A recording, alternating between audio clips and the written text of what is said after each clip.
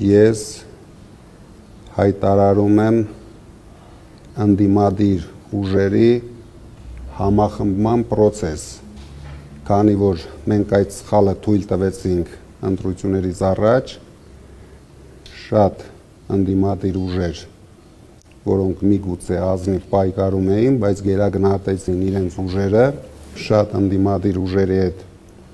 մենք չկարողացանք պայմանավորվել, դրա համար հիմա շատ կարևոր է մեր երկրի եւ ժողովրդի համար այս համախմբումը։ Ինձ թվում է այն ընդդիմադիր ուժերը, ում համար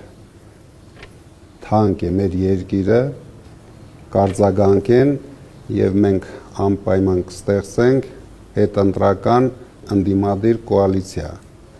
Ես առաջարկում եմ ստեղծենք համակարգող խորհուրդ, ուղիղ եթերում շփվենք, բոլոր պրոբլեմները մեր ժողովրդին բացահայտենք, ճիշտ քննարկումներով, դիմելով մեր ժողովրդին, հասկանալով որն է ճիշտ, գնանք